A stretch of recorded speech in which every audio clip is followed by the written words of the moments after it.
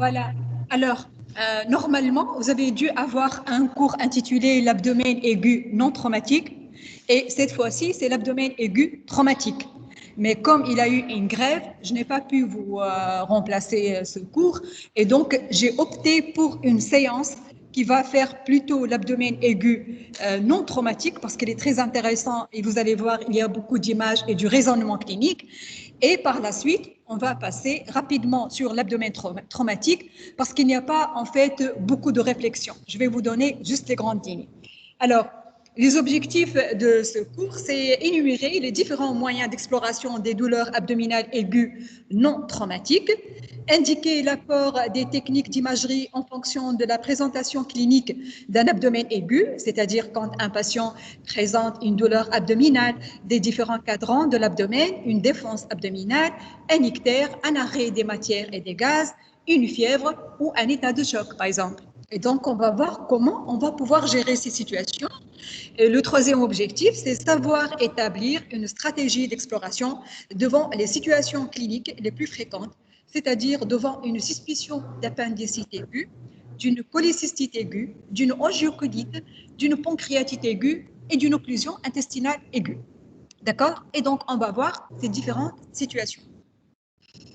Alors, là, donc, normalement, vous devez avoir comme prérequis ce que vous avez vu dans le thème 37, c'est-à-dire l'anatomie radiologique et la sémiologie digestive.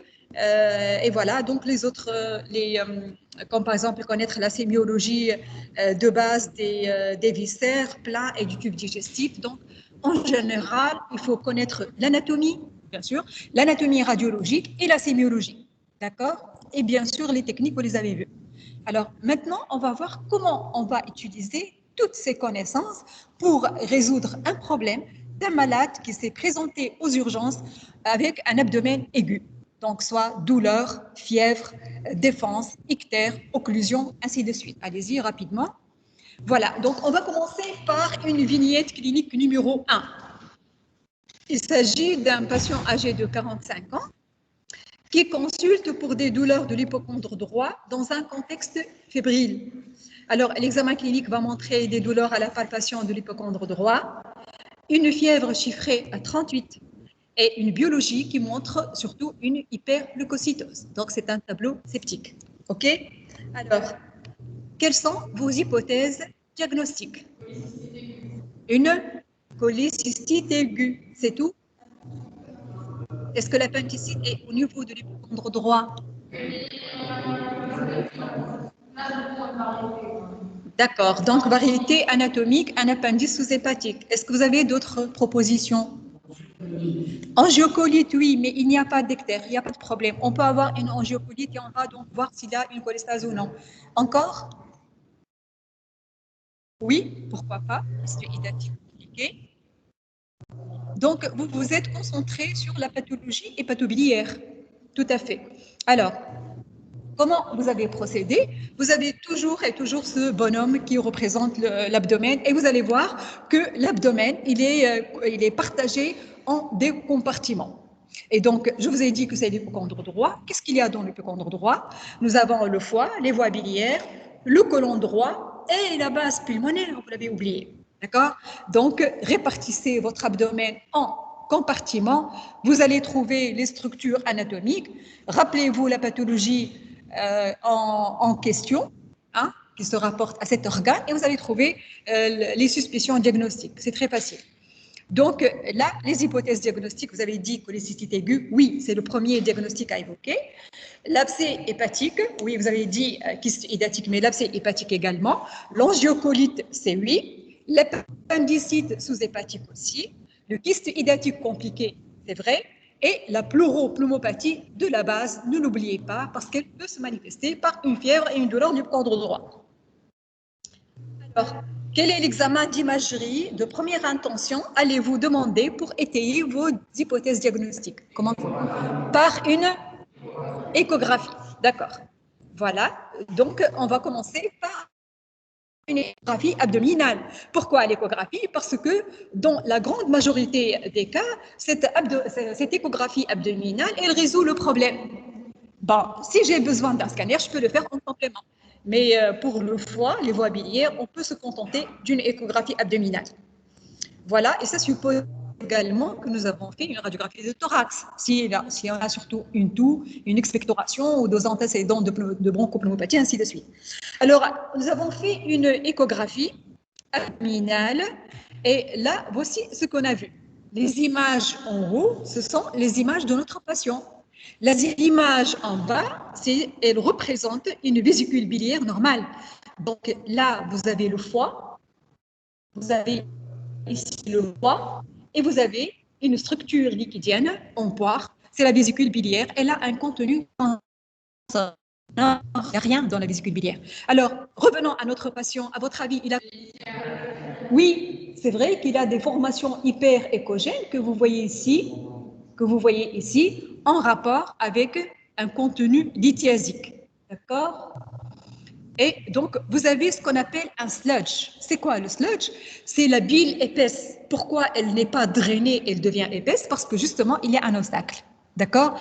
Cette boue, elle est faite de sels biliaires, c'est-à-dire de bile, et de microlithiase. Et comme il y a un obstacle, elle n'est pas évacuée, elle va s'accumuler dans la vésicule biliaire, et c'est elle qui va s'infecter. Et donc, voilà, avec cette lithiase qui va obstruer les voies biliaires, la vésicule biliaire. Et donc, le canal cystique qui lui, doit drainer la bile. Donc, en réponse à l'existence de ces phénomènes, il va y avoir un quoi de la paroi? Qu'est-ce qui va arriver à la vésicule biliaire? Un épaississement de la paroi. Et donc, remarquez qu'il y a ça, c'est une paroi normale. Celle-là, c'est une paroi normale. Et celle-là, c'est une paroi comment? Épaissie, bien. Donc, elle est épaissie et elle est feuilletée. Vous voyez les feuilles? On dirait que vous mangez des millefeuilles. Et donc, nous avons l'hyperéchogène, c'est des calculs. Nous avons un sludge épais et nous avons donc une paroi qui est, soit on dit qu'elle est dédoublée, elle devient 2 parce qu'elle est disséquée par de l'œdème, soit on va dire qu'elle est feuilletée, c'est-à-dire qu'elle est inflammée. Et le contenu, la boue que vous voyez, peut être en rapport avec de la bile, mais également du pus. Là où il y a de la stagnation d'un liquide biologique, il y aura une pullulation microbienne. Et on va se retrouver en présence d'une cholécystite lithiasique, oui, mais on va parler d'un quoi? Un pyocholécystite, c'est-à-dire du pus dans la vésicule biliaire. Et donc, il faut rapidement opérer pour qu'elle ne s'éclate pas. Parce que si elle s'éclate, le pus et la bile, c'est très nocif pour le péritoine et on va tomber dans une péritonite. D'accord? Alors, on avance. Voilà, donc on va nous montrer qu'il y a une distension de la vésicule biliaire parce qu'il y a un obstacle. Il y a une paroi épaissie qu'on montre avec la flèche rouge. Il y a des calculs et il y a un sludge épais. D'accord? Alors, on avance. Quel est votre diagnostic? Bien évidemment, vous avez donc dit que c'est une cholécystite aiguë et voilà, donc les différents signes, nous les avons cités. Donc, c'est une cholécystite lithiasique. Alors, il peut y avoir des lithiases biliaires non compliquées, mais là, c'est compliqué. Pourquoi? Parce qu'il y a ce sludge et il y a un épaississement de la paroi, mais également un tableau clinique évocateur de cholécystite et non pas des coliques hépatiques simples. D'accord? Donc, c'est infecté.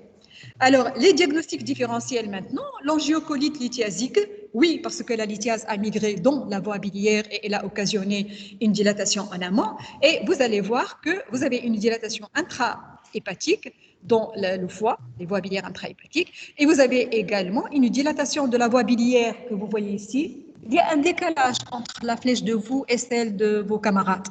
Et donc, il y a ici la voie biliaire principale que vous voyez ici, et vous avez des calculs. Vous voyez le cône d'encre? En arrière, nous avons le tramporte. On s'en fout du tramporte, là, il ne s'est pas thrombosé. Et donc, la voie biliaire principale, elle se dilate toujours en amont d'un calcul. Et donc, il y aura également une dilatation des voies biliaires intra-hépatiques, des voies biliaires intra-hépatiques, donc, qui traduisent la présence d'un obstacle.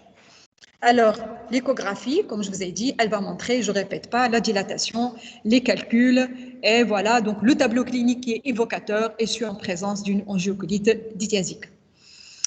Voilà, une angiocolite lithiasique. Comme vous voyez ici, les voies biliaires sur cette coupe axiale, elles sont très dilatées.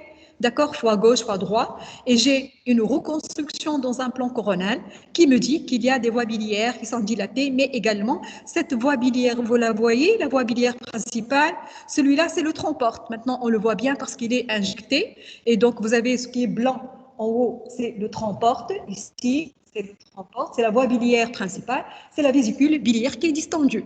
Et donc mon calcul doit siéger ici. C'est là. Là, il y a une disparité de calibre. D'accord? Voilà, donc il doit siéger ici.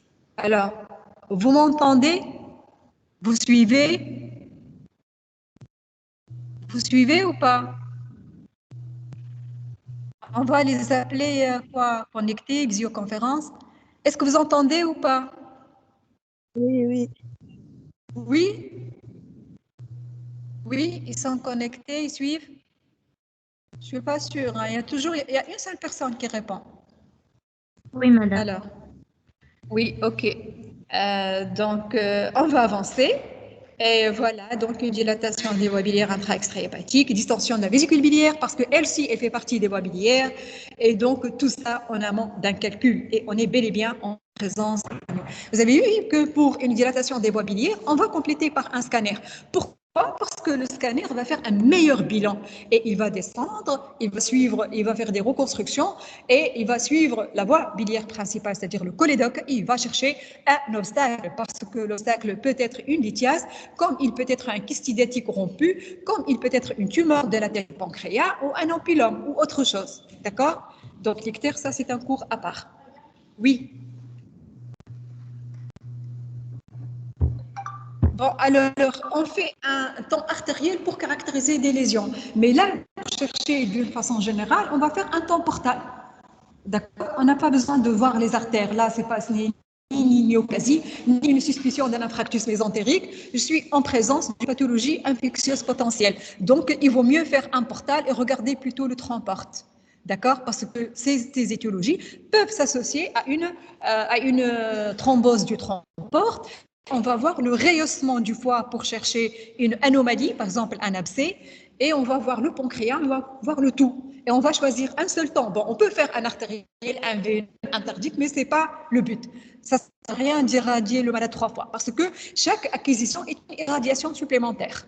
On va faire sans injection de produits de contraste. Si nous avons la réponse, eh bien tant mieux. Il y a un calcul, il y a un problème, on le voit, on s'arrête. Si on ne voit pas, on rajoute un temps portal juste pour répondre. On suspecte un infarctus mésentérique ou une ischémie, on va faire un temps rien. D'accord? Donc, les techniques, il faut les adapter selon la... Non, mais quand on a un temps... Non, l'aorte, quand on a un temps portal, ça ne veut pas dire que l'aorte n'est pas opacifiée. D'accord? Ça, c'est une aorte, c'est vrai. Ça peut être un temps... Celui-là, c'est un temps artériel. Vous le voyez, c'est un temps artériel. Vous avez une aorte qui s'allume et vous avez une rate qui est hétérogène. Mais sur cette reconstruction, nous avons plutôt un tronc-porte qui est opacifié et vous avez une veine sus-hépatique qui est opacifiée. Et donc, celui-là, c'est un temps.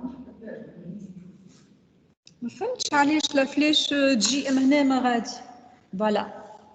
Voilà, donc là, vous avez une aorte, ça c'est un temps artériel, et vous avez ici les voies biliaires qui sont dilatées, mais ici, nous avons un temps portal, parce que c'est le tronc-porte qui est bien opacifié. Alors, au cours du temps portal, bon là, par hasard, nous avons un temps artériel et portal, mais normalement, nous n'avons pas besoin d'un temps artériel. D'accord? Et donc là, quand vous avez un tronc porte qui est opacifié, ça ne veut pas dire que il n'y a plus de produits de contraste dans l'aorte, il y a toujours, mais moins dense. C'est un temps artériel qui est passé. Donc, il y aura du produit de contraste qui va donc montrer les artères, mais il y a surtout le temps portal qui va montrer parfaitement bien les structures veineuses. Dans ce contexte particulier, on n'a pas besoin d'artériel. Et bon, là, il est fait. Alors, on avance. Et donc, nous avons évoqué l'abcès hépatique. Cet abcès hépatique, on le verra en échographie sous forme de cette image que vous voyez ici, voilà, donc c'est une image liquidienne qui contient un contenu échogène que vous voyez ici à l'intérieur et une pente qui est un peu épaissie, et donc je suis en présence d'un kyste, je suis en présence d'un abcès hépatique Je suis très suspect. Il est très suspect ici quand on a 42 fièvres, quand on a un contexte infectieux très important. L'abcès du foie n'est pas banal. Hein. Donc, le tableau clinique, il peut donner même un tableau de péritonie quand il est rompu, ainsi de suite. Et voilà, donc, quand je fais un scanner, je vais trouver cette formation hypodense que vous voyez ici. Elle a une paroi qui se rehausse, c'est le parenchyme hépatique qui est inflammé au contact de l'abcès. Et nous avons même des troubles de la perfusion au contact de cet abcès. Vous avez un foie qui est un peu hypodense et celui-là qui est hyperdense. D'accord? Donc, l'abcès du foie se présente sous forme d'une formation anéchogène ou bien hypodense en scanner avec une paroi. D'accord? Alors, le traitement, c'est quoi de cet abcès, par exemple? Une ponction drainage, bien. Une ponction drainage parce qu'avant, dans le temps, on opérait les kystes du foie, les abcès du foie. Maintenant, on ne les opère pas et donc c'est le radiologue qui va faire une ponction, soit sous échographie, soit sous scanner. Et il va ramener du pus qu'il envoie en bactériologie pour confirmer le germe. C'est plus sensible qu'une hémoculture.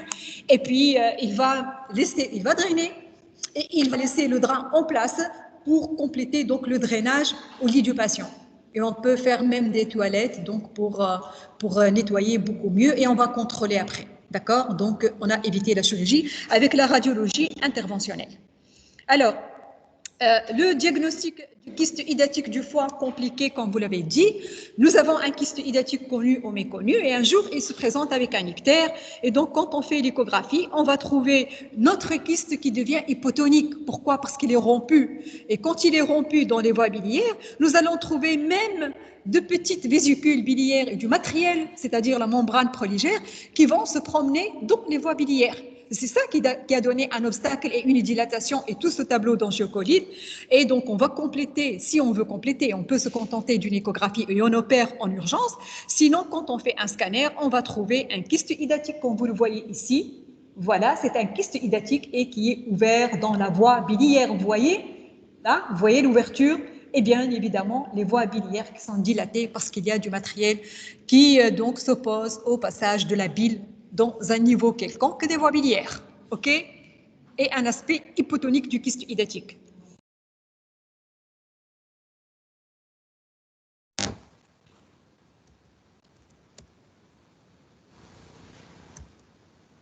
Alors, les métastases hépatiques, on va oublier. C'est rarement où quelqu'un vient avec un abdomen aigu et parfois on va découvrir des métastases hépatiques qui sont nécrosées, qui parfois peuvent donner une fièvre qui n'est pas très prononcée, hein, mais c'est surtout une altération de l'état général. Mais croyez-moi, il y a des patients qui arrivent avec des métastases hépatiques, avec un autre cancer du poumon, du côlon, du rectum, du médiastin, ainsi de suite. Alors, l'appendicite sous-hépatique, vous l'avez évoqué, oui, très bien, parce qu'on peut avoir une localisation de l'appendice en sous-hépatique, on va y revenir. L'appendice n'est pas toujours dans la fosse iliaque droite et parfois, il va se balader ailleurs. C'est une ectopie embryonnaire, c'est-à-dire elle est congénitale et on va voir qu'il va se présenter également avec une douleur d'hypocondre droit qui va simuler une cholécystite. On va revenir. Et donc, je profite de l'image avant de passer pour vous dire que j'ai reconstruit à partir de coupe axiale. Ici, je suis au niveau du foie. Là, c'est le rein. Vous ne voyez pas. Donc, c'est le foie, c'est le rein. Et sous le foie, j'ai une structure digestive borgne, c'est-à-dire elle s'arrête.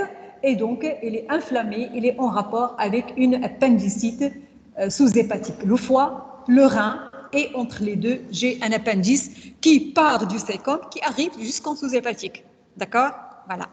Et donc, pour vous connecter, vous avez donc là, avec les flèches rouges, c'est l'appendice sur lequel j'ai reconstruit, c'est oblique, ça, c'est n'importe quoi, mais c'est une reconstruction qui montre la totalité de l'appendice. Et de l'autre côté, là où il y a la flèche verte, il y a un appendice sous-hépatique. La pneumopathie de la base, on ne va pas l'oublier, et donc on va la voir sur la radiographie de thorax. Alors, pour la vignette clinique numéro 2, nous avons un patient âgé de 68 ans, antécédent de lithiase rénale traitée, consulte aux urgences pour douleur épigastrique en barre et vomissement. À l'examen, la température est à 37,8, donc il est subfébrile. Douleur à la palpation de l'épigastre sans défense. un bilan fait en urgence et va montrer des globules blancs qui ne sont pas élevés, une légère cytolyse hépatique et une lipasémie à 10 fois la normale. Bien, donc les diagnostics, nous revenons vers de toujours, les compartiments, et on va se dire une douleur au niveau de l'épigastre, j'ai l'estomac, le duodénum, le pancréas. Donc, j'évoque quoi par ordre de fréquence, selon le tableau clinique? Là, par ordre le plus probable, la pancréatite. Pourquoi pas l'ulcère perforé?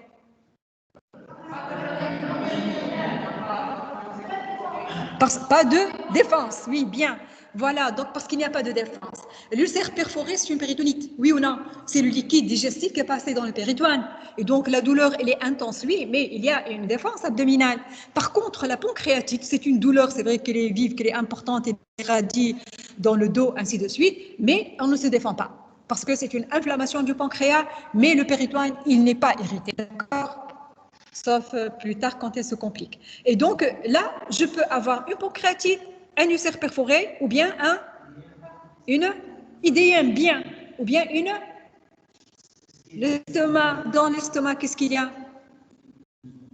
Oui, mais peu probable. L'épigastre, c'est quoi dans l'estomac? Tout simplement qu'est-ce qui fait mal au niveau de l'estomac? Une crise d'ulcère, une poussée ulcéreuse, ou bien une gastrite. Donc, pour chaque organe, il y a une pathologie. Pancréatite aiguë, c'est vrai, ulcère en poussée ou perforé, cholécystite, oui, et gastrite, un syndrome coronarien aigu, bien. Et donc, pourquoi la cholécystite? La cholécystite, c'est l'hypocondre droit. Mais parfois, ça fait des douleurs au niveau de l'épigastre. Il y a des variations anatomiques et on va voir que bientôt, la douleur, on va la ressentir beaucoup plus au niveau de l'épigastre qu'au niveau de l'hypocondre droit. Alors, chez ce patient, donc, notre diagnostic, vu l'élévation des lipasémies, vu l'absence d'une contracture, on va retenir le diagnostic d'une pancréatite aiguë. Alors, qu'est-ce qu'on va faire? Imagerie. Scanner. Pourquoi pas l'échographie?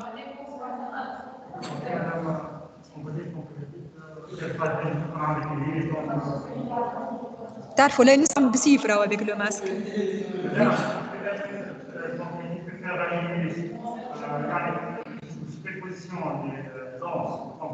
On peut pas voir on peut pas bien voir le pancréas. C'est vrai que le scanner est idéal.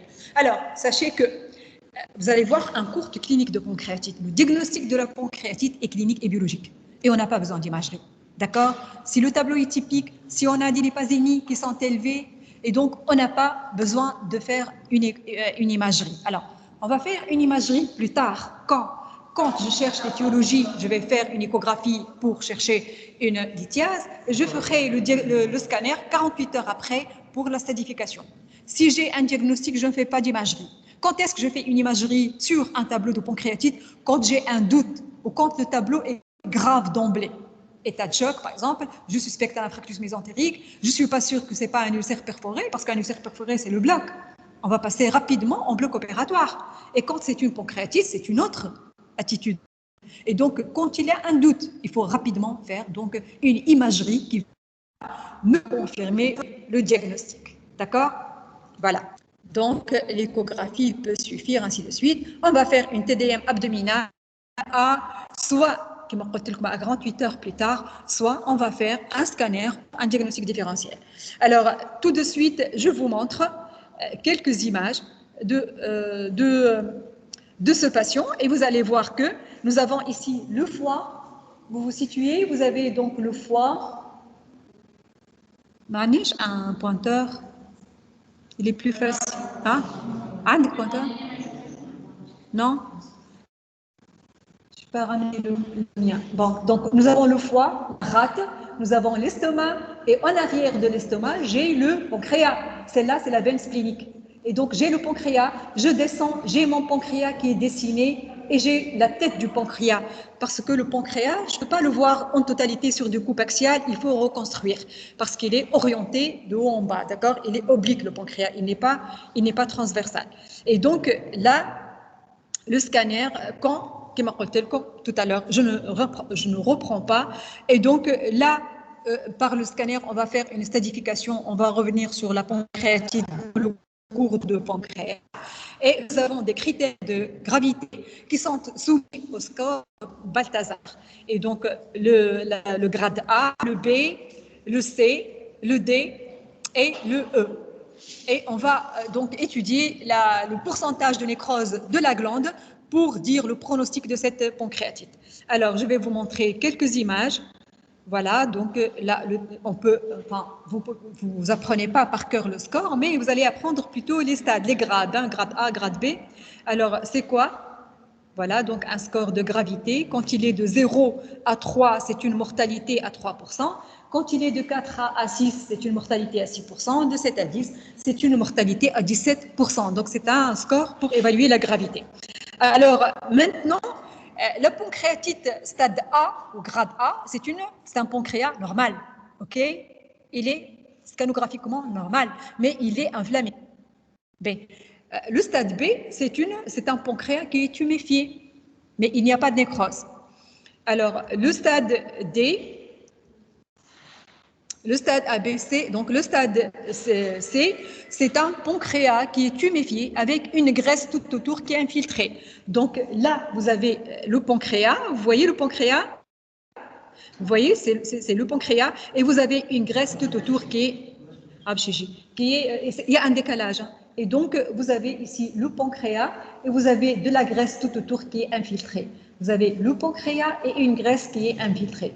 Et ces infiltrations, on les voit mieux, franchement, sur la console de travail. Et là, j'ai essayé de ramener des images qui parlent, mais vous allez voir que le pancréas est tuméfié avec une graisse tout autour qui est infiltrée.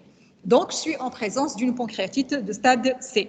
Alors, après, quand il y a de la nécrose, on va voir que ce n'est plus le stade C, c'est le stade D. Quand il y a une seule coulée de nécrose, je parle de D. Quand il y a plus qu'une coulée, je parle d'une pancréatite stade E, la plus grave. Et donc, c'est quoi une coulée de nécrose? Comme vous voyez ici, j'ai l'estomac, j'ai une coulée de nécrose qui s'interpose entre l'estomac et le pancréas. Voilà, donc vous avez l'estomac, vous avez le pancréas et vous avez des coulées de nécrose.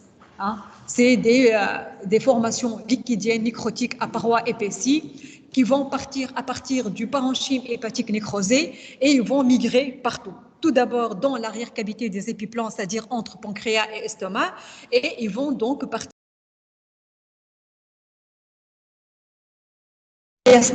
d'accord, avec un épanchement pleural, avec un épaississement des fascias. Parfois dans le pelvis, et on va donc les dénombrer pour dire s'il y a une, c'est D, s'il y a plus qu'une, c'est E. OK? On passe. Donc, alors, les diagnostics différentiels maintenant, nous avons dit l'ulcère perforé. Alors, l'ulcère perforé, à votre avis, c'est quoi le signe le plus important à rechercher en scanner? Je ne ferai pas d'échographie dans l'ulcère perforé. Pourquoi? Parce que je cherche un signe très particulier. Lequel? Bien, je cherche le pneumopéritoine parce que j'ai un segment digestif qui est perforé. Et donc, je vais chercher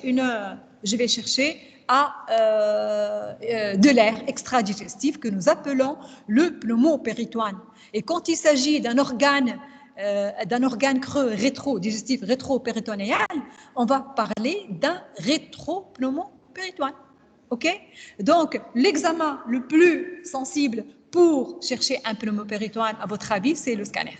Ce n'est ni l'échographie, ni l'IRM, ni quoi que ce soit. Le scanner, il est très, très sensible pour montrer même une toute petite bulle d'air. D'accord? C'est ce qu'on a fait. Et donc, là, vous avez un scanner.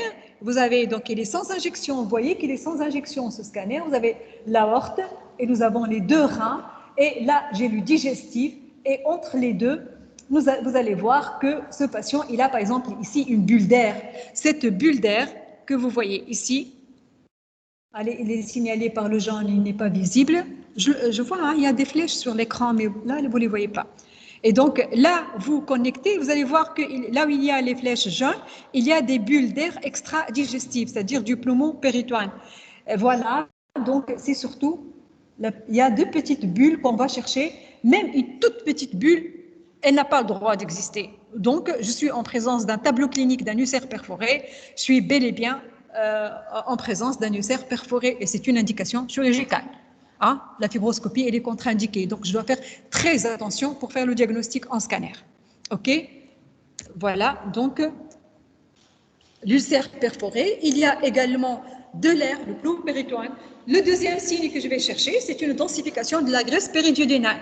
Pourquoi? Là où il y a de l'inflammation, il y a de l'infiltration de la graisse, c'est ça. La graisse, elle est tranquille, elle est hypodense en scanner, et quand elle est infiltrée par de l'œdème, par des cellules inflammatoires, elle devient plus dense. Et on parle d'une densification de la graisse tout autour du duodénum.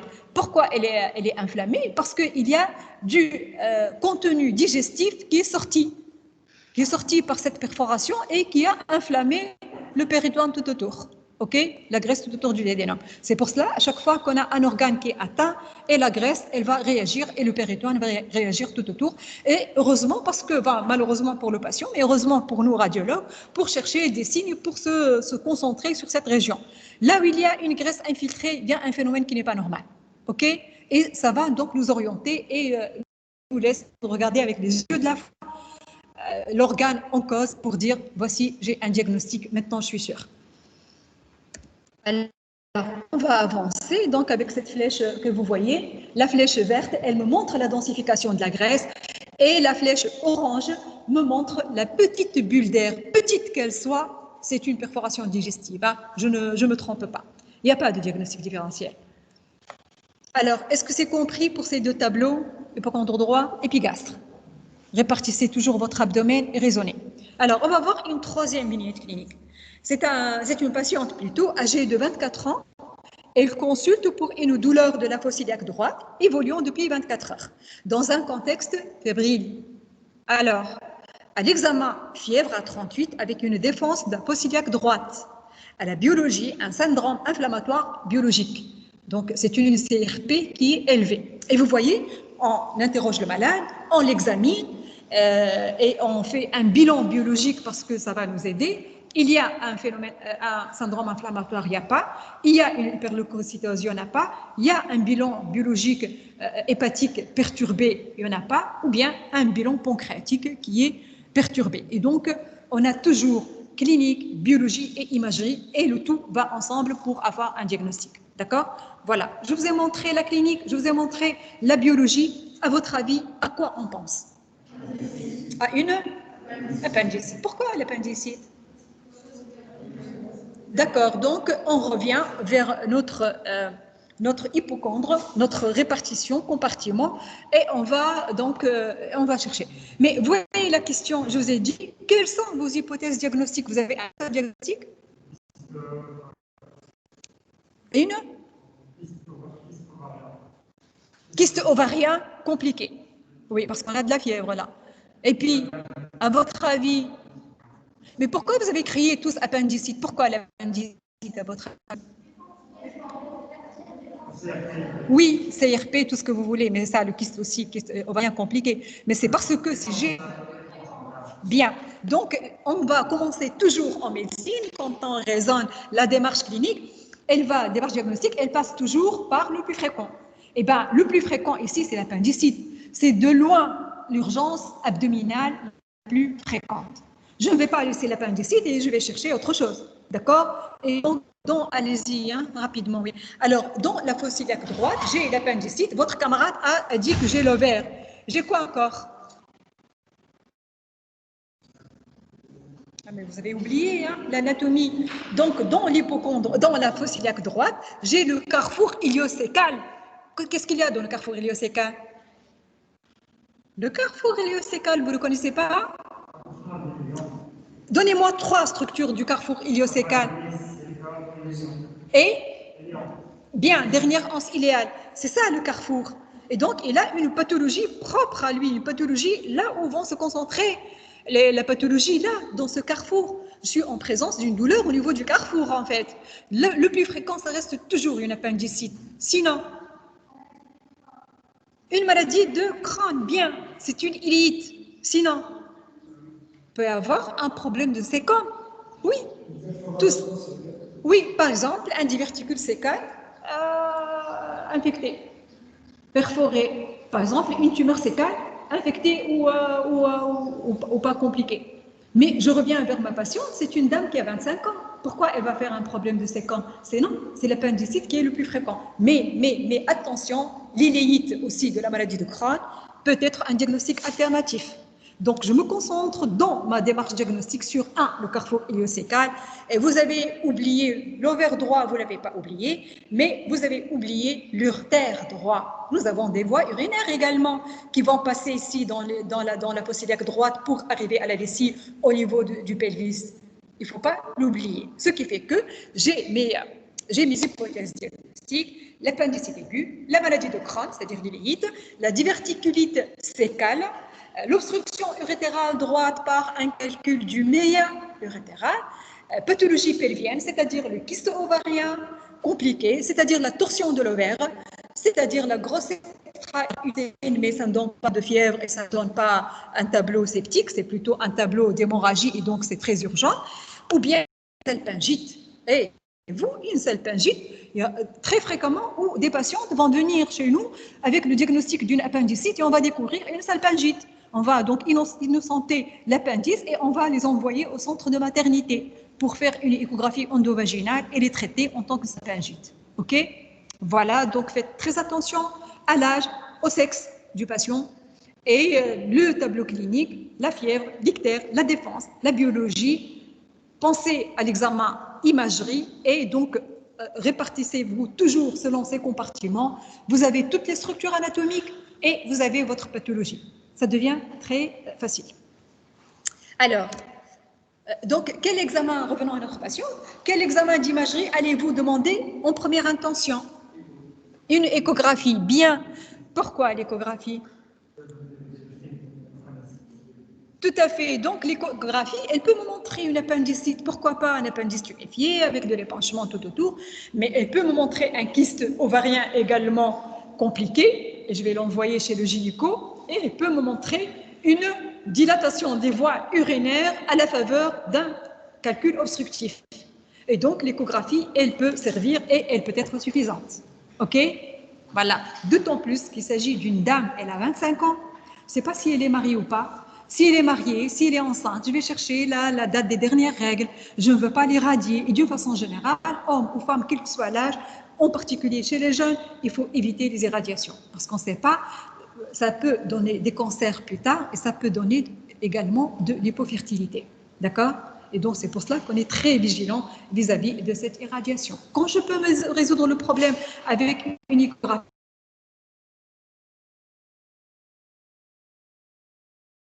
quand c'est inévitable, on va recourir au risque d'une irradiation.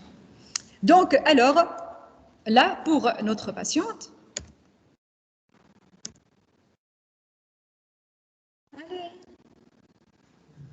on a tout vu sauf l'image. Pourquoi elle n'apparaît pas? Je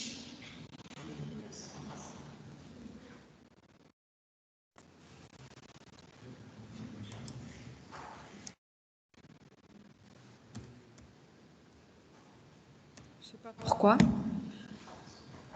Alors, donc, l'échographie, je vais vous le décrire. Donc, l'échographie avait montré une atteinte inflammatoire de l'appendice avec une structure digestive borne, sacra.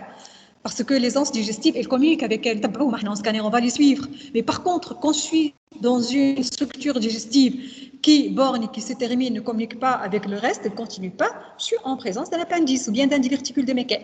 Et donc, l'appendice, elle est une structure digestive borne avec un diamètre supérieur à 6 mm, une paroi qui est épaissie, siège d'une image ovalaire hyperéchogène suivie d'un cône d'ombre postérieur au niveau de la base de l'appendice et donc en rapport avec un stercolite. Tout ça, l'échographie peut le montrer. Bon, c'est pas grave pour les... Oui? Pardon? Oui, allez-y. Donc là, pour l'appendicite, je ne vous montre pas les images que je vous ai décrites. Il y a un épaississement, augmentation du diamètre de l'appendice, il est tendu, il est hypoéchogène, une graisse tout autour qui est inflammée, et parfois même, il y a un abcès au contact. Et il y a des anses digestives qui vont se trouver apéristaltiques. Pourquoi? Parce que c'est un réflexe. Attention, il y a un foyer tout autour de nous qui est inflammé, ne bougez pas. Ce qu'on appelle l'ilus réflexe. Tout ça, on peut le voir en échographie. On ne peut pas le voir en scanner. Le scanner, c'est statique, hein, ce n'est pas dynamique. Mais l'échographie, tout bouge. Vous avez un péristaltisme sous la cendre. Et donc là, on a vu une appendicite. Un examen TDM est indiqué dans ce cas?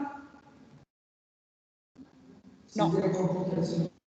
Oui, dans ce cas particulier, on a tout vu? Non. Donc, elle a éliminé une pathologie tubo-ovarienne, elle a éliminé une pathologie urinaire, et donc elle a retenu le diagnostic d'une appendicite. On fait quoi? On opère. OK? Voilà. Alors, pour les complications, c'est autre chose. Un TDM est indiqué dans ce cas, nous allons répondre non, et on va voir que les indications d'un TDM dans le contexte d'une appendicite, quand il y a un sujet âgé, parce que l'appendicite, c'est plutôt plus jeune.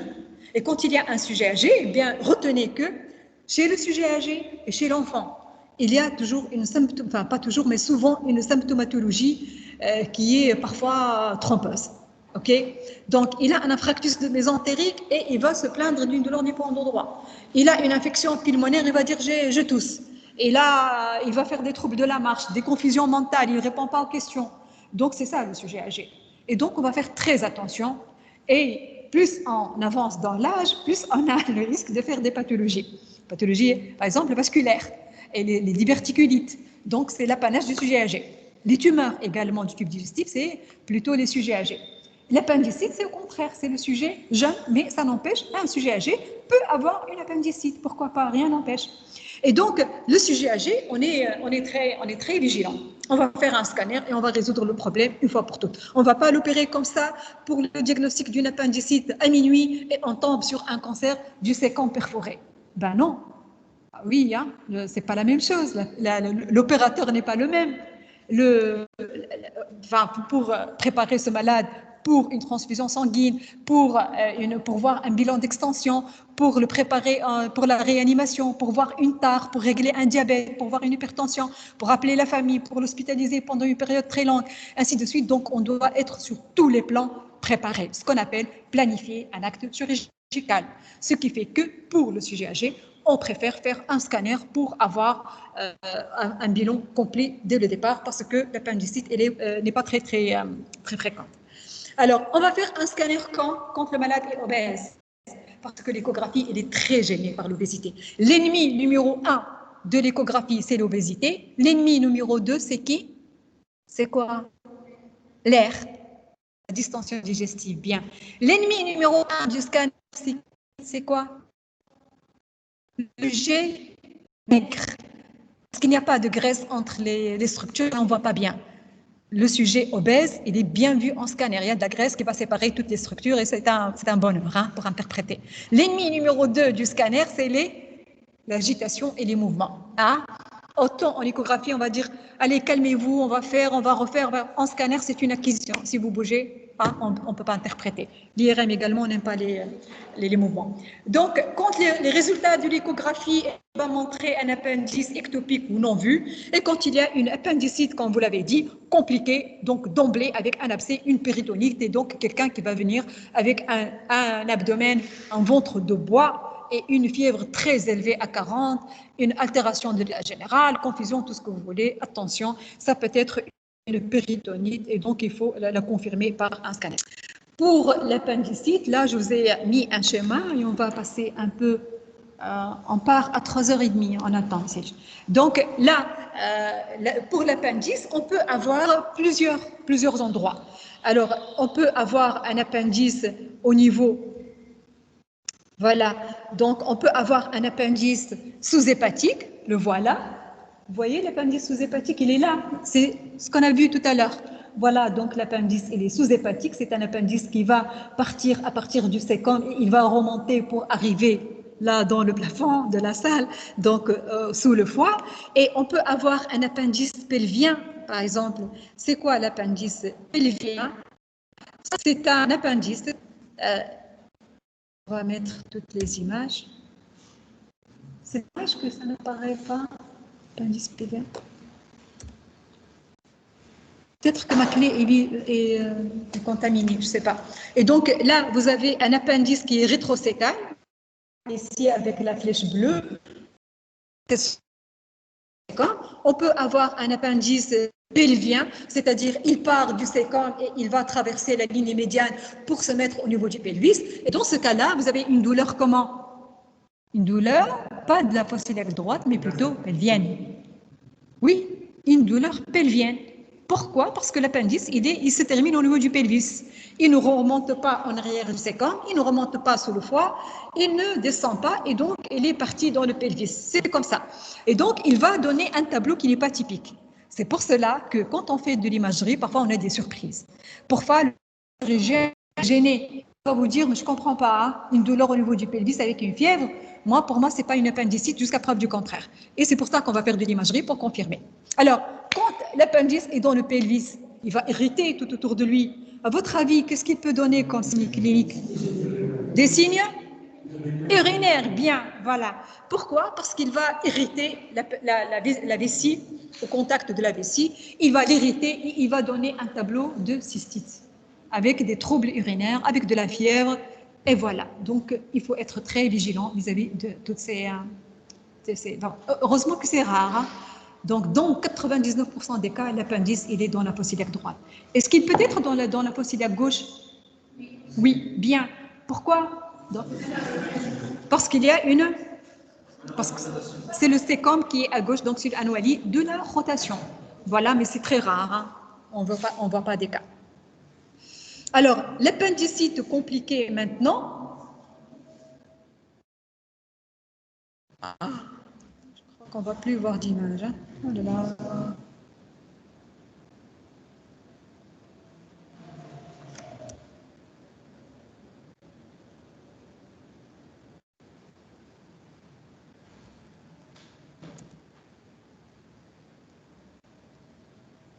Est-ce que vous avez une idée comment on peut faire? Sortir et retourner, c'est comment? Alors,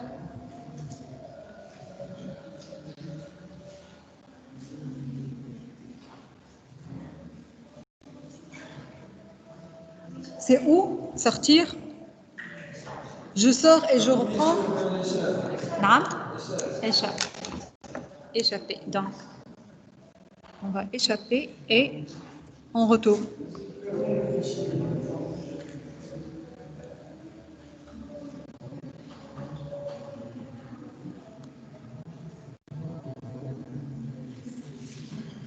Et après, je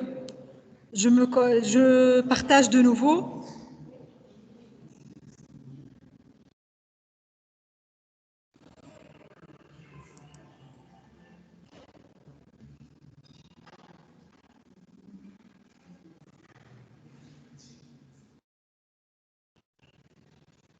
C'est où le mode partage? Accueil, fichier, création, transition. Madame, on est en train de voir. C'est déjà partagé. قاعدين نشوف l'écran احنا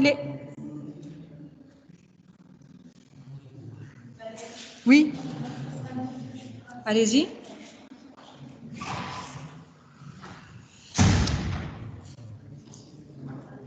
Ah, vous savez, c'est où partager? Ah, تحب تشوف معايا؟ نعم؟ Oui, il n'est pas partagé, mais est-ce que vous voyez ici où est-ce que je peux partager? Non?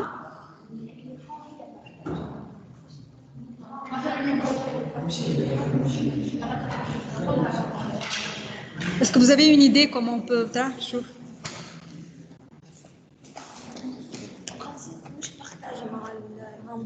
Ça n'a rien à voir. En principe, le fichier هو غادة اسمع ديبوزي الفيشي في الواحد يظهر مشكلة من البارتاج ديكران ديبوزي الفيشي au lieu de faire لا لا en fait مش البارتاج écran التصويرة بحد ذاتها ماشي أنا جو سي با كيف الفيشي هو الواحد غير بسألها قول أنتم تشوفوا لي زيماج ولا انتم تشوفوا فيهم لي زيماج ولا ليه احنا نشوفوا نفس اللي تشوفوا فيه انتم امبوسيبل دا فيشي ليماج هذيك هي نفسها دونك ماش بارتاج écran en principe الفيشي ايرور من الفيشي الفيشي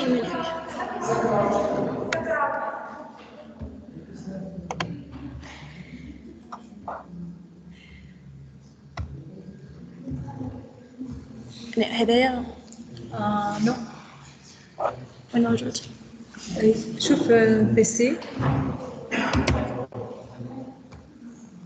ce PC donc تمشي تلقى ابتسام اسمه فلاش ديسك اسمه ابتسام حقني حطيته على البيرو خي هاك ابتسام ديتو فلاش ديسك هذيك donc حط موديفي لو تو يجيك حط موديفي لو موديفي لو انزل على موديفي لو كا فوالا هاك لول بكل هذيك peut-être il faut le mettre sur le bureau hein c'est pas mieux oui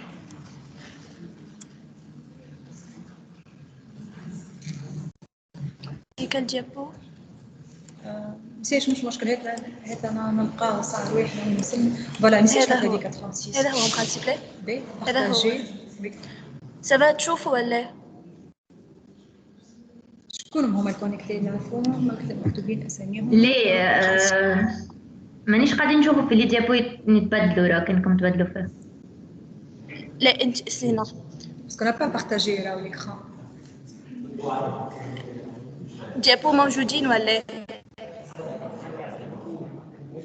سي بون بارطاج اكران فما ديابو تشوفوا في حاجه ولا هي موجودة ديابو أما جوست لي ديابو سافا برانسيب سافا c'est bon. Ok, allez, merci. Donc, qu'est-ce qu'on disait? Voilà, donc l'appendice, vous avez ici un appendice. Allez-y, là, donc là, nous avons un appendice, comme vous voyez ici.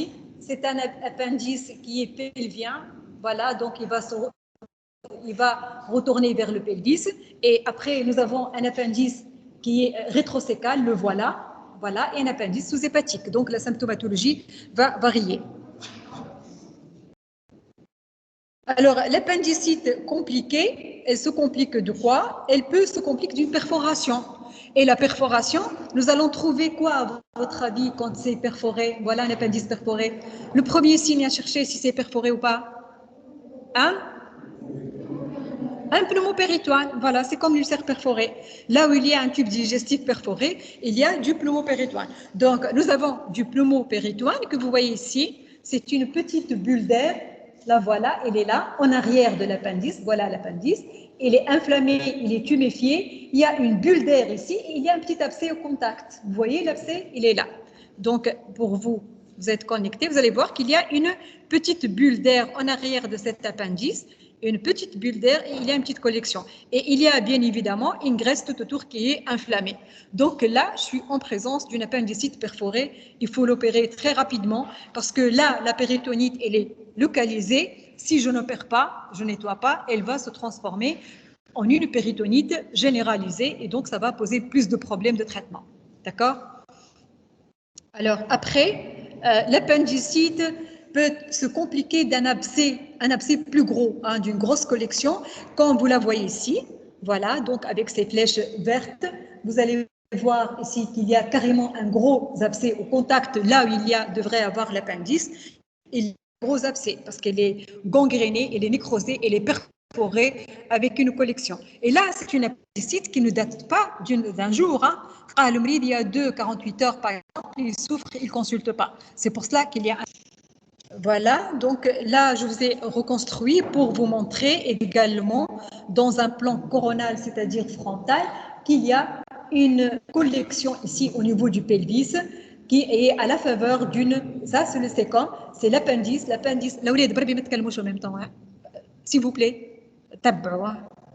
Alors, donc là, vous avez le sécom, vous voyez avec la flèche, et à partir de sécom, j'ai un appendice qui est tuméfié et il va finir par une collection. Donc là, je suis en regard, en présence d'un appendicite, d'une appendicite compliquée, d'un gros abcès.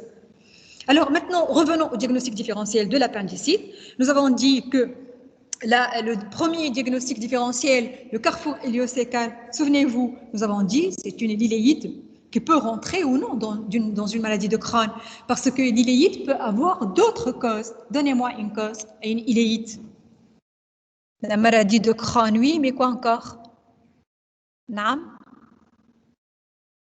Qu'est-ce qui peut donner une inflammation de la dernière anse iléale? Une maladie. Mais c'est tout touche le carrefour héliocécal. Donc, nous avons la maladie de Crohn, nous avons également la tuberculose. Elle peut donner des iléites. Il y a également d'autres pathologies comme le lymphome qui sont plus rares. Il y a des pathologies infectieuses, ainsi de suite. Elle peut être carrément infectieuse. D'accord? Et donc, la plus fréquente chez une jeune dame de 25 ans, c'est plutôt une iléite, maladie de Crohn. Hein. Elle est plus fréquente que la tuberculose iléale.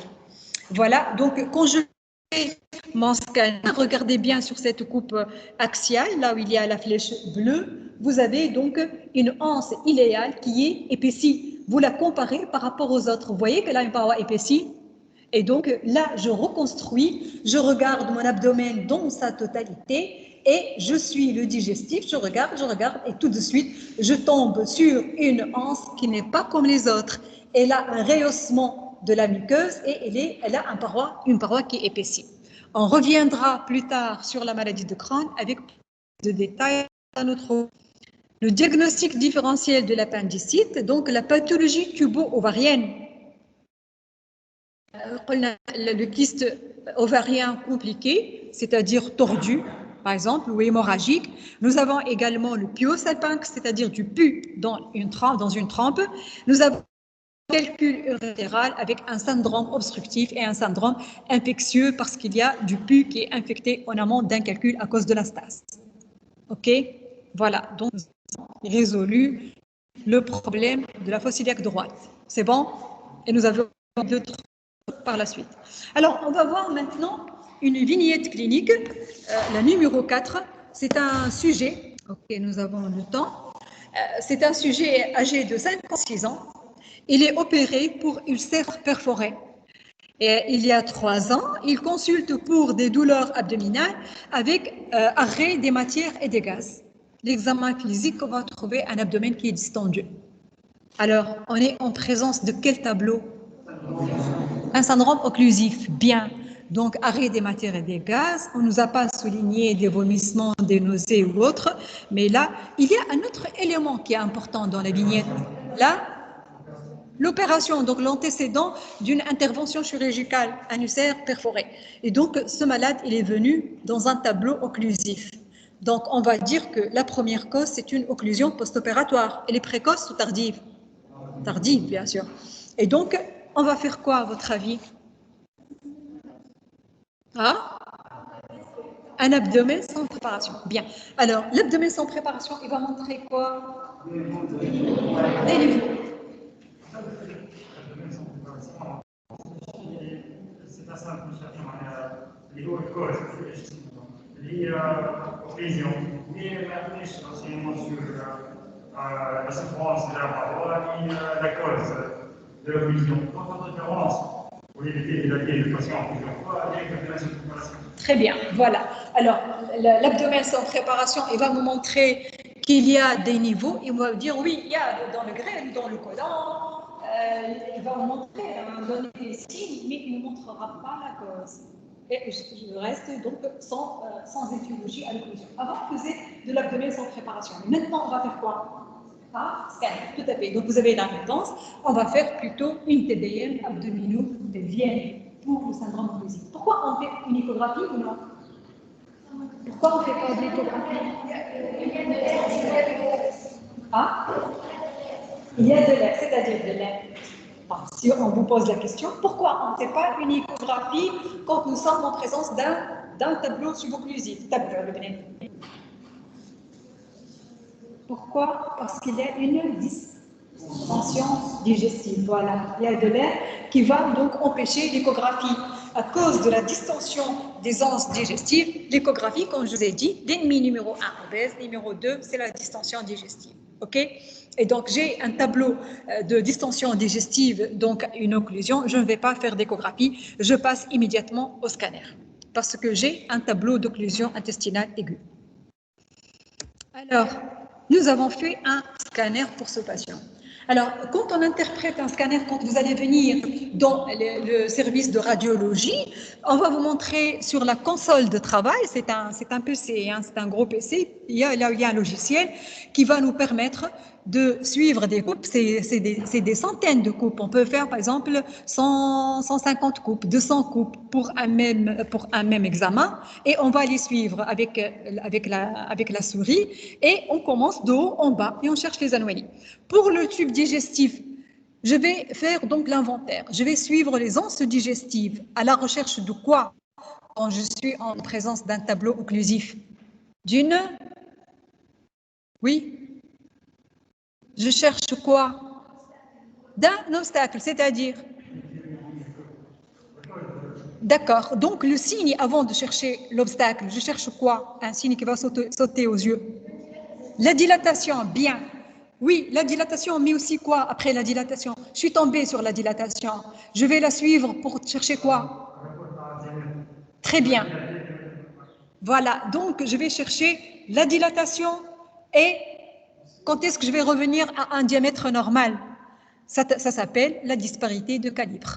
D'accord? Voilà. Donc, mon calibre, il a changé. C'est au niveau de ce changement, je vais confirmer qu'il y a une distension digestive en amont d'un obstacle, et 2, je vais chercher mon obstacle. Ce qui fait que je vais commencer mes coupes axiales de haut en bas ou de bas en haut comme je veux, et je vais donc repérer, je vais chercher toutes les anses, et je vais chercher une anse qui sort de l'ordinaire.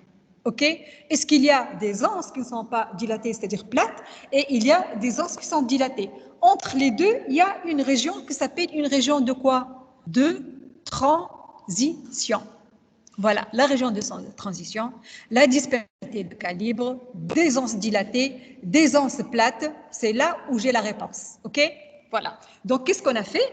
On a fait ces coupes, comme je vous le dis. Vous avez ici le foie, vous avez le foie, vous avez la rate, un tout petit peu de rate, vous avez les 2 reins, et là, vous avez le tube digestif. Alors, est-ce que vous voyez une distension digestive? Oui ou non? Regardez les anses, est-ce qu'elles sont les mêmes? C'est une anse, c'est une anse, c'est une anse, c'est une anse et c'est une anse. Est-ce que vous avez une variété de calibres?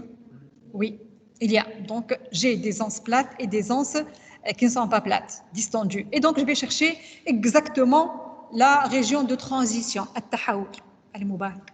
Et donc, là, quand j'ai fait mes reconstructions, ça, c'est un malade que j'ai travaillé ce mardi, quand les résidents étaient en grève et moi, j'ai fait la garde sur place. Et donc, je suis tombée sur ce cas, j'ai dit, tiens, il est bon pour l'enseignement. Et donc, voilà, parce qu'il est facile, il est très... Et donc, voilà, on va regarder ici, nous avons des anses dilatées et des anses qui ne sont pas dilatées. J'ai suivi jusqu'à ce que je suis tombée sur une zone de transition. Vous la voyez? Je l'agrandis, elle est là. Et donc, j'ai une anse dilatée, une anse non dilatée et une autre anse qui est très petite. Et c'est là où il y a le problème.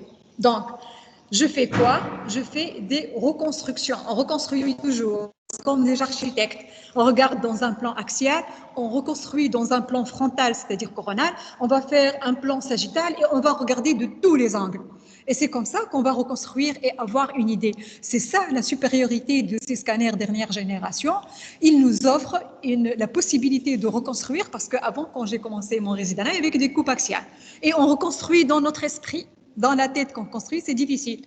Et donc maintenant, on a toutes les possibilités de reconstruire.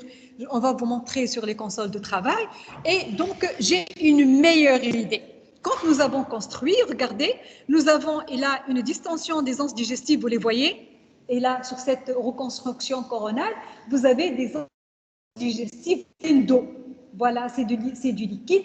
Et j'avance ou je recule par rapport à ces coupes coronales et je tombe toujours sur mes anses qui sont dilatées. Et là, c'est exactement ici, je suis au niveau d'une anse qui n'est pas dilatée. C'est celle-là, c'est celle que j'ai vue ici, sur la coupe axiale. Donc, je dispose de 3 plans qui me montreront une disparité de calibre, une zone de transition. Une coupe axiale en bas, que vous voyez ici, c'est ça, l'anse pathologique, c'est celle-là, et c'est celle-là. Et c'est celle-là, c'est la meilleure. Pourquoi? Parce que cette reconstruction dans un plan sagittal, vous voyez le sacrum, je le vois de profil, et donc j'ai une anse qui est dilatée, je la suis avec la flèche, et hop, je suis tombée dans une anse qui est plate qui est épaissie et trop petite. OK? Donc, je suis en présence d'une occlusion. Elle est fonctionnelle ou organique? Organique, oui. J'ai un obstacle, je l'ai vu. C'est pas réflexe. J'ai un obstacle et je l'ai vu. Et donc, à votre avis, est-ce qu'il y a une tumeur? Est-ce qu'il y a un corps étranger? Non. C'est pour cela que j'ai insisté pour vous montrer tout.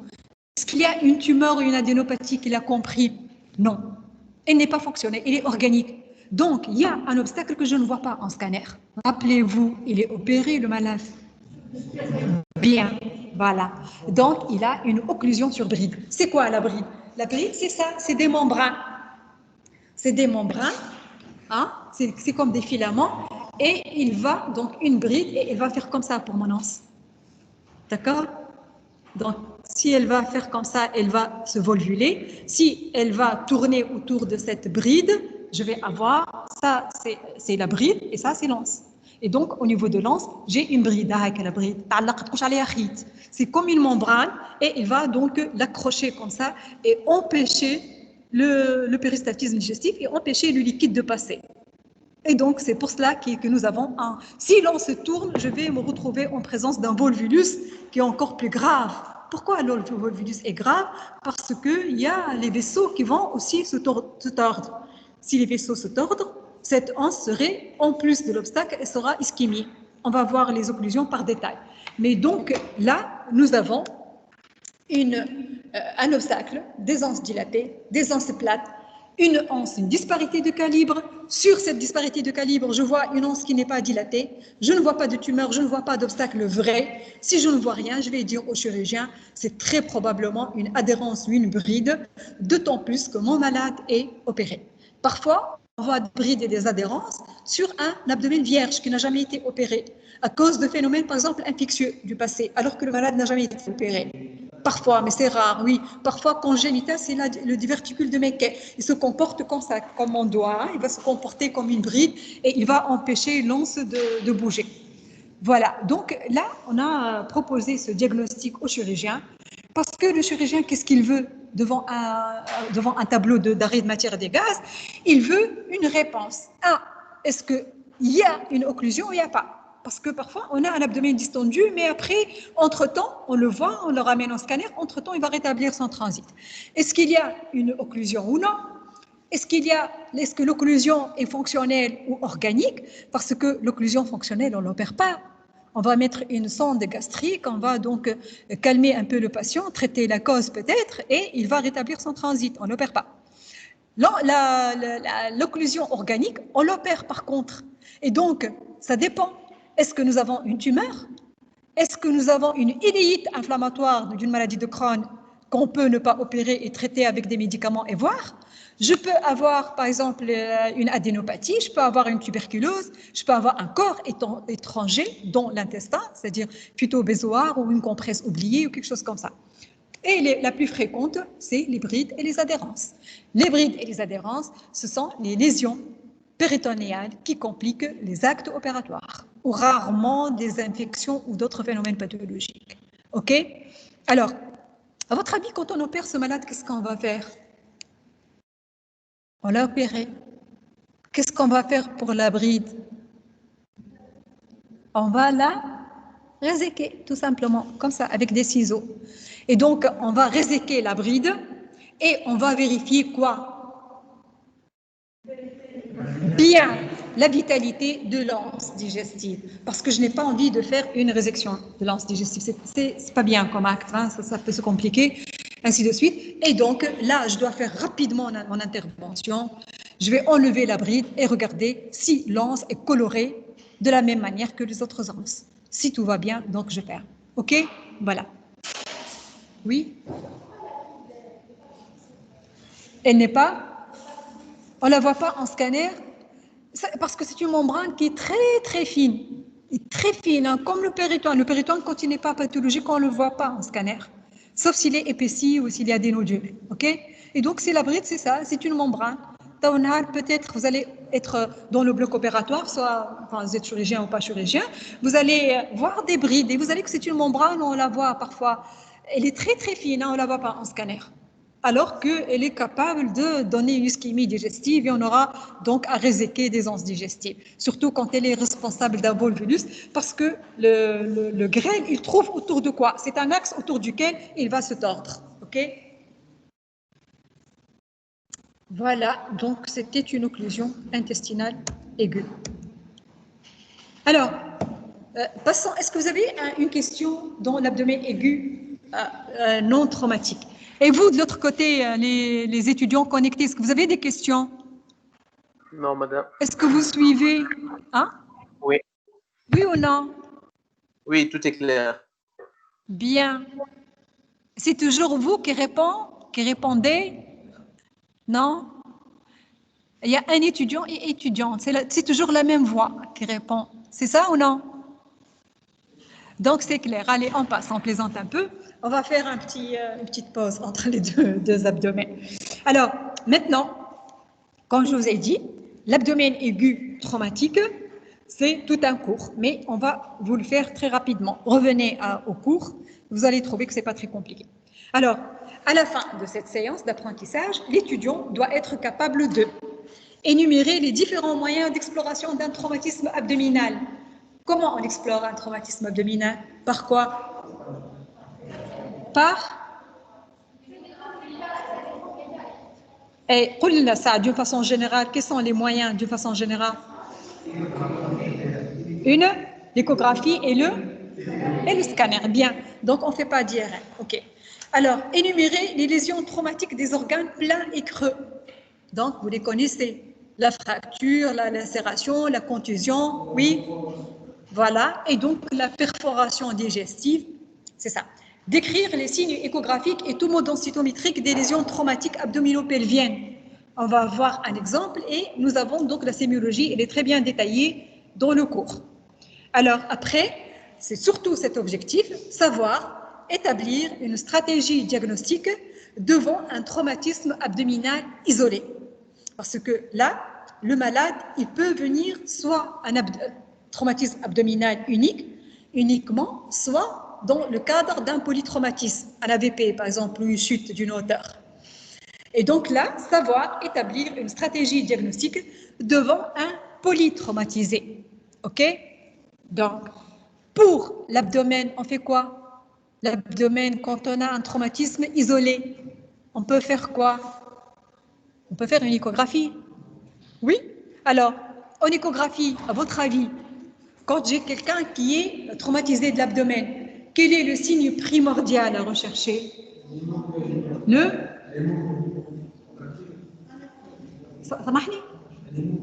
Bien, tout à fait. C'est un épanchement péritonéal liquidien. Tout à l'heure, dans la perforation, nous avons dit un pneumopéritoine.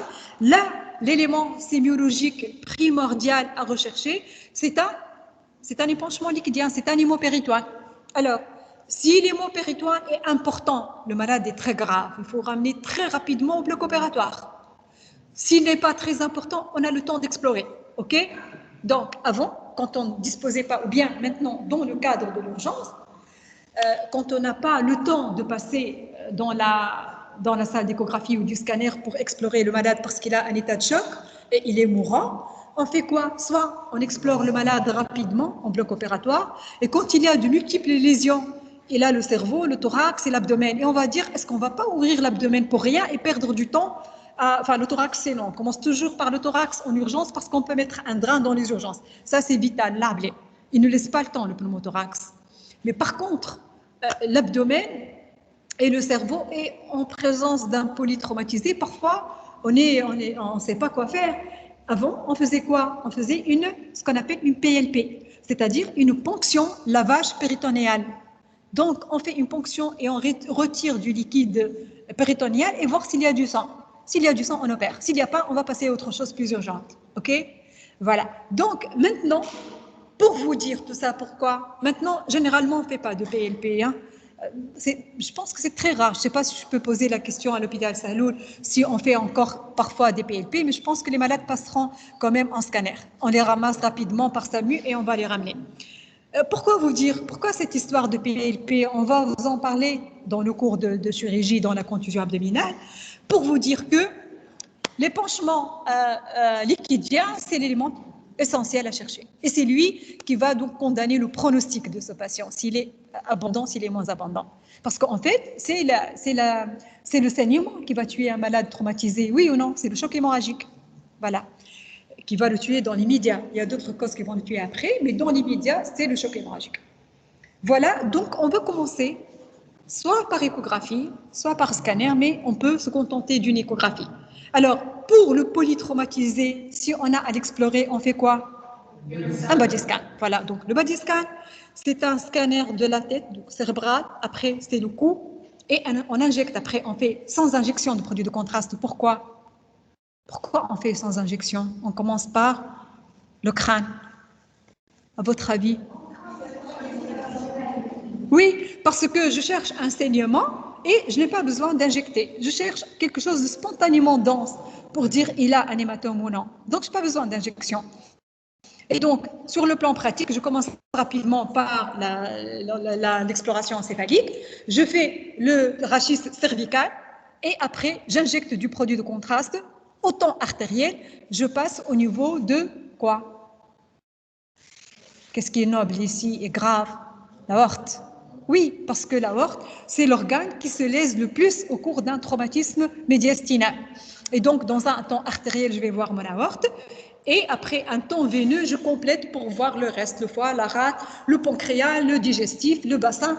Et après, je reconstruis avec une fenêtre osseuse et je regarde le rachis et les côtes. OK? Voilà.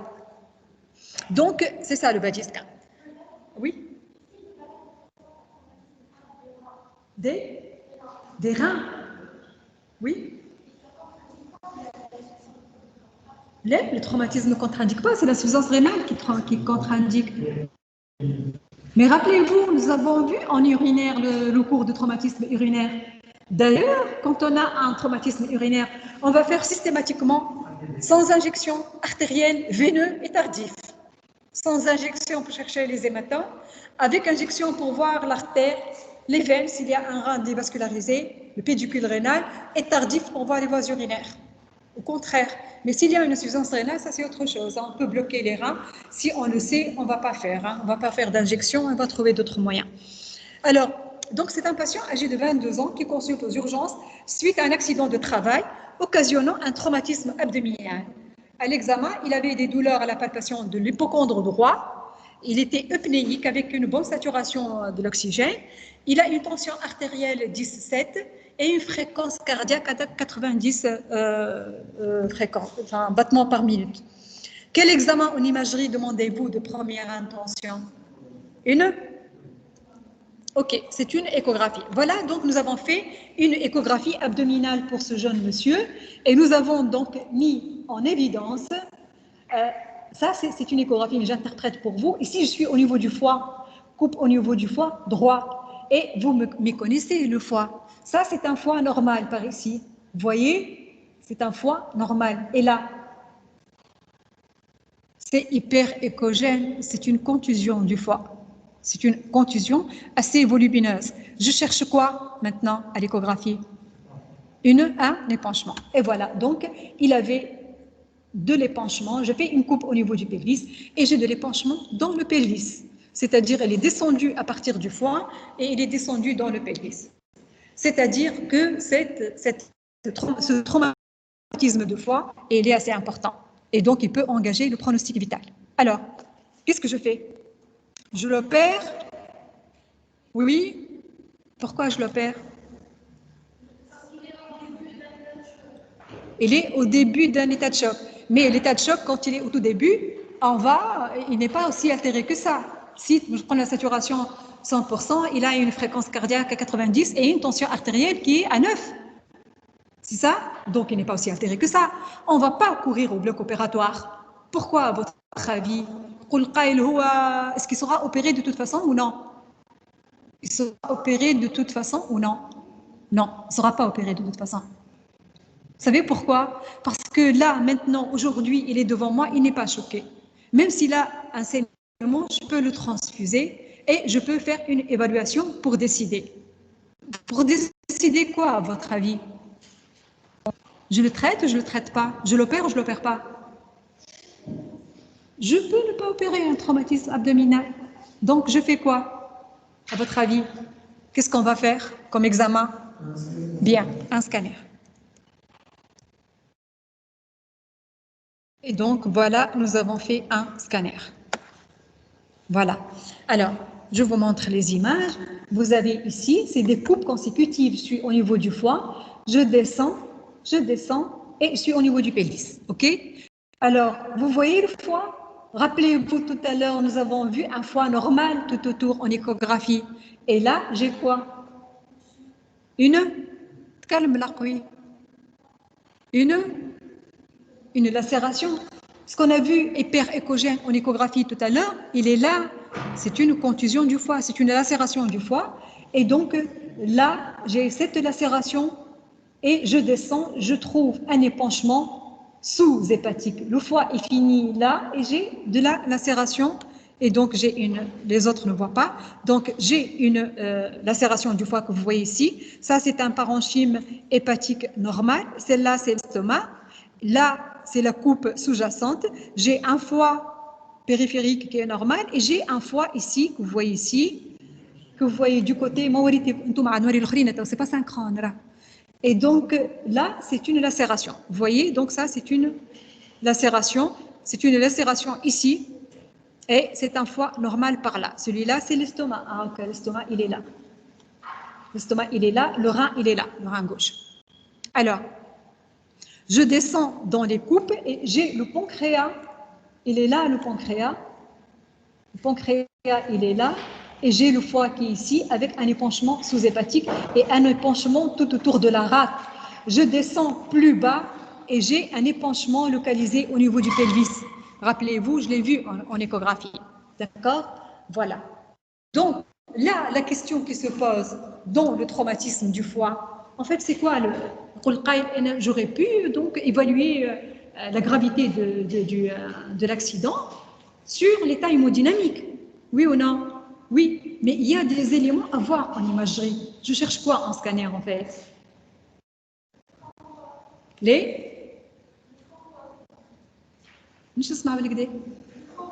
Le transporte, oui. Et quoi aussi? Il n'y a pas que le transporte. Oui, donc, d'une façon générale, je cherche quoi? Les lésions vasculaires et quoi? Et biliaires. Oui, un traumatisme hépatique. Le foie, il est plein de vaisseaux. Et donc, si je laisse mon foie évoluer comme ça, il va se cicatriser, mais je ne suis pas sûre qu'il n'y aura pas une thrombose post-traumatique d'un transport. Je ne suis pas sûre qu'il n'y a pas quelque chose qui saigne, une petite artère qui saigne, et je ne suis pas sûre qu'il n'y a pas une perforation des voies biliaires, une plaie des voies biliaires. D'accord? Et donc, là, je dois avoir mon scanner pour faire le bilan des lésions hépatiques parce que, apparemment, elles sont graves en échographie. L'échographie aurait pu ne rien montrer. Je dis donc c'est bon, il n'y a rien, je peux ne rien faire. Mais là, l'échographie m'a montré une contusion du foie et elle m'a montré un épanchement abondant. Donc là, je dois faire exploration du foie et chercher également des lésions associées, c'est-à-dire des lésions de la rate, du pancréas, des reins, du mésentère, du DNA, et ainsi de suite. J'aurais fait donc un bilan complet. Alors maintenant, pourquoi je fais tout ça? En scanner et en bloc opératoire, je vais l'opérer et l'explorer. C'est parce qu'on ne perd pas toujours. On peut opter pour un traitement conservateur pour le foie. Alors, si tout va bien, il n'y a pas de lésion vasculaire, il n'y a pas de lésion biliaire, il y a un épanchement qui n'est pas traitant et qui est une contusion hépatique que je peux ne pas opérer, et donc je peux faire un traitement conservateur, c'est-à-dire un traitement non opératoire, je veux dire. Donc, un traitement non opératoire, on peut patienter, on peut transférer, on veut, et on va le suivre de très près. S'il se dégrade, je l'opère. S'il ne se dégrade pas, je ne l'opère pas. Et le foie va cicatriser, mais il ne faut pas qu'il saigne beaucoup et que le malade tombe en état de choc. Ça, c'est une première éventualité. Donc, c'est l'état clinique et le scanner qui vont juger. La deuxième éventualité, quand j'opère, je peux faire donc un traitement qui est conservateur. Je ne fais pas une hépatectomie pour un traumatisme. Vous allez voir les traumatismes, on va faire un packing, c'est-à-dire on va comprimer le foie avec du matériel pour qu'il se colmate et il ne saigne plus.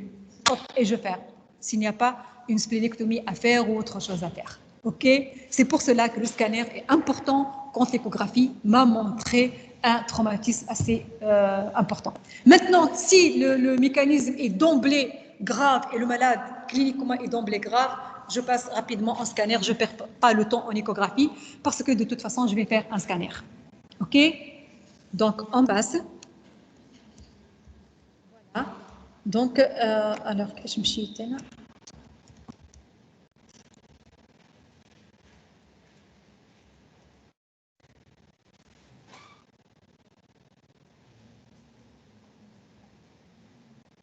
Donc, au total, il avait une lacération hépatique, un épanchement intrapéritonéal abondant et intégrité de la rate, des reins et du pancréas. Et donc là, je vais vous montrer un traitement. Voilà, d'ailleurs, on a opté pour un traitement conservateur, surveillance étroite des constantes hémodynamiques en milieu de réanimation. On l'hospitalise, bien sûr, en réanimation. Voilà, donc quel est l'apport de la TDM? Le bilan lésionnel complet, foie, rate, pancréas, comme je vous ai dit, voir le tube digestif, la vessie, le cadre osseux, et donc orienter la conduite thérapeutique. Et faire le bilan également des vaisseaux et des voies biliaires. Voilà, donc là, ce sont des lésions plutôt de quoi? De la rate. Et là, vous avez donc un épanchement tout autour de la rate et vous avez une contusion splénique. Et vous avez, j'ai agrandi et vous avez une contusion splénique. Alors, pour la rate, on opère. Hein. Là, la rate, parce qu'elle éclate et elle saigne, il n'y a pas de traitement, il faut l'opérer. Alors, le traumatisme de la rate, bien sûr, elle est l'organe le plus susceptible de se traumatiser ou de subir le traumatisme parce qu'il est mou, la rate, et donc elle est accessible à ces traumatismes. Le rebord costal, il peut la protéger, mais il peut ne pas la protéger. Et donc, nous avons généralement des fractures de côte et des fractures de la rate. Et donc, là, vous avez des grades vous n'allez pas retenir les grades, mais parfois, nous avons une petite plaie. Parfois, nous avons carrément une lacération, comme vous le voyez ici, avec la flèche rouge. C'est une lacération et on méconnaît le foie. Parfois, il y a carrément un fracas de la rate qu'il faut opérer très rapidement et vous allez trouver des fragments de rate partout. Voilà, donc là également, il peut y avoir un hématome sous-capsulaire. Alors là, je vous montre une image très particulière. Vous avez le foie, le cœur, et là, vous avez la rate. Vous voyez la rate ici? Qu'est-ce que vous voyez au niveau de la rate? C'est un temps artériel, mademoiselle, vous le voyez? Vous avez donc une aorte et vous avez ici quelque chose d'hyper dense, très dense, comme une artère. C'est quoi à votre avis? Dans une rate traumatisée. C'est celle-là, c'est cette image. C'est celle-là. Je l'ai observée au temps artériel. Je suis en présence de quoi? D'une extravasation de produits de contraste, c'est-à-dire il y a une lésion artérielle dans cette rate et il faut la traiter. Alors maintenant, pourquoi c'est important? Parce qu'on peut faire un traitement qui est conservateur. Okay? Le traitement conservateur, c'est aller et emboliser cette artère qui saigne. On passera par l'artère iliaque et on remonte dans l'aorte, et dans l'aorte, on va dans l'artère splénique et on va donc mettre une embolisation de cette artère et garder la rate. Et là, je vous montre un exemple d'une fracture au niveau de quoi? Qu'est-ce qui est fracturé ici? Avec la flèche bleue, c'est le pancréas. Oui, ça c'est une fracture du pancréas par une plaie par un traumatisme de l'épigastre. Voilà, j'agrandis et vous voyez bien ici, avec la flèche bleue, qu'il y a une fracture du pancréas. Ce malade, je l'ai exploré en IRM. Voilà, donc avant de passer, je vous montre également, voilà, la fracture, elle est là. Il est coupé pratiquement en deux. Hein. Il y a un petit fragment de parenchyme en avant, mais il y a un traumatisme. On fait une IRM et on tombe également sur la même fracture, mais on a fait une IRM, pourquoi? Parce que j'ai le diagnostic en scanner.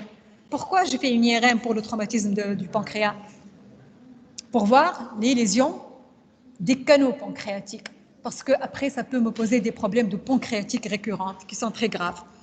Et donc là, il peut y avoir, quand il y a un traumatisme des canaux pancréatiques, il va se compliquer de quoi? Quand on a du suc pancréatique à l'extérieur, il va donner un pseudo-kyste pancréatique. Voilà, vous le voyez ici. Après quelques semaines ou quelques mois, quelques semaines, il y a carrément un kyste qui est rempli par du suc pancréatique. Alors, là, je vous montre la dernière diaporama. C'est là où vous avez un traumatisme du bassin et vous avez une fracture du cadre obturateur. Et en plus de la fracture, vous allez voir qu'il y a également une extravasation de produits de contraste montrée avec la flèche bleue. J'ai une fracture et j'ai une extravasation de produits de contraste au niveau du pelvis, c'est-à-dire j'ai une plaie vasculaire. Et la plaie artérielle, je la traite comment? Par embolisation. C'est le même malade qui avait le traumatisme de la rate, il avait également un traumatisme du bassin et donc on a dû emboliser les deux. Voilà, donc il a la rate et il a la plaie au niveau du bassin, une artère vasculaire, une artère au niveau du bassin et donc on a traité par embolisation les deux. On va faire rentrer, comme je vous ai montré ici, on va montrer donc le drain et on va aller jusqu'à l'artère qui saigne dans le pelvis et on remonte jusqu'à l'artère qui saigne dans le foie et on va les emboliser pour ne pas opérer le malade. Quand on n'opère pas, il va y avoir un hématome très important parce que c'est une artère qui éjecte. Et il peut donc mourir par un état de choc hémorragique. Okay? Est-ce que vous avez une question sur les traumatismes? Non? Voilà, donc je pense que je vous ai parlé des principaux objectifs. Voilà, merci.